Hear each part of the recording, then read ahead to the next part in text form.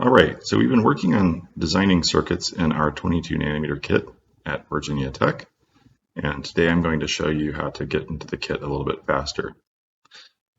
So you know that to launch the kit, we have to source a launching script, and the path to that script is /software, RFIC, CAD tools, Cadence, setups, setup Cadence, 22 FDX. Now, we can always do this every time that we want to launch Cadence, but we can also make a bit of a shortcut by making an alias. So if we look in our home directory,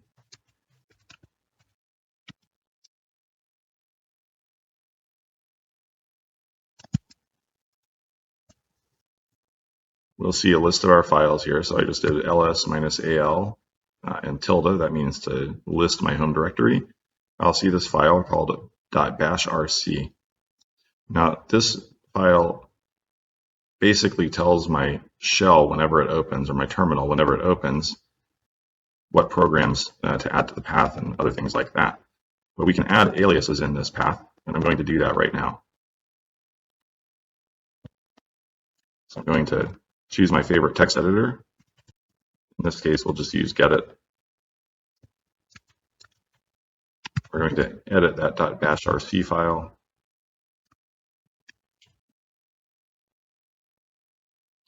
I have a line in my file that says user-specific aliases and functions. So here I'm going to make a function.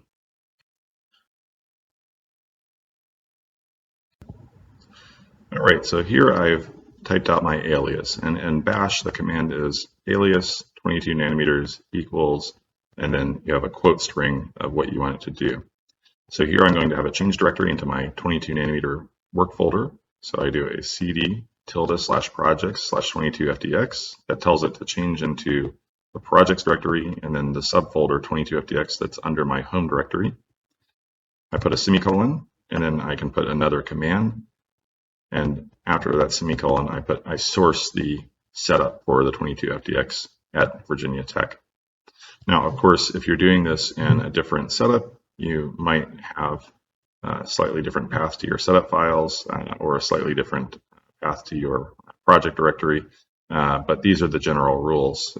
Here we want to change to our project directory and source the setup files for our particular version of Cadence and our particular toolkit. Well, we can save this, and if we open a new terminal, it will load that bashrc profile.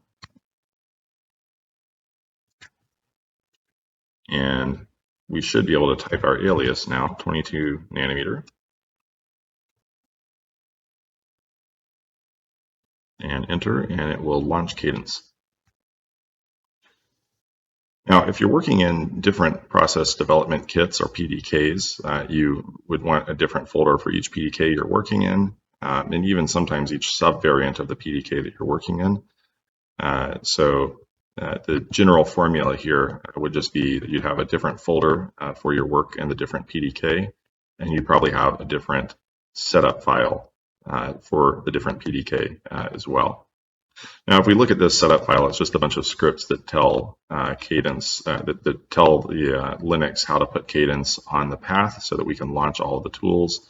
There are a lot of tools, so the script is quite long. I'm not going to go into the details of our particular setup script, but it is available to see for those of you that have access on the Virginia Tech side of things.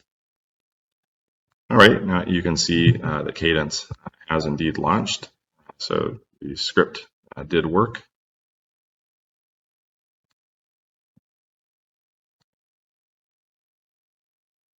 And we've got our library manager and our tape out folder.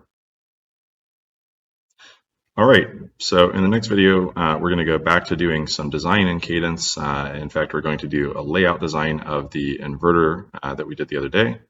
That would be in the next video.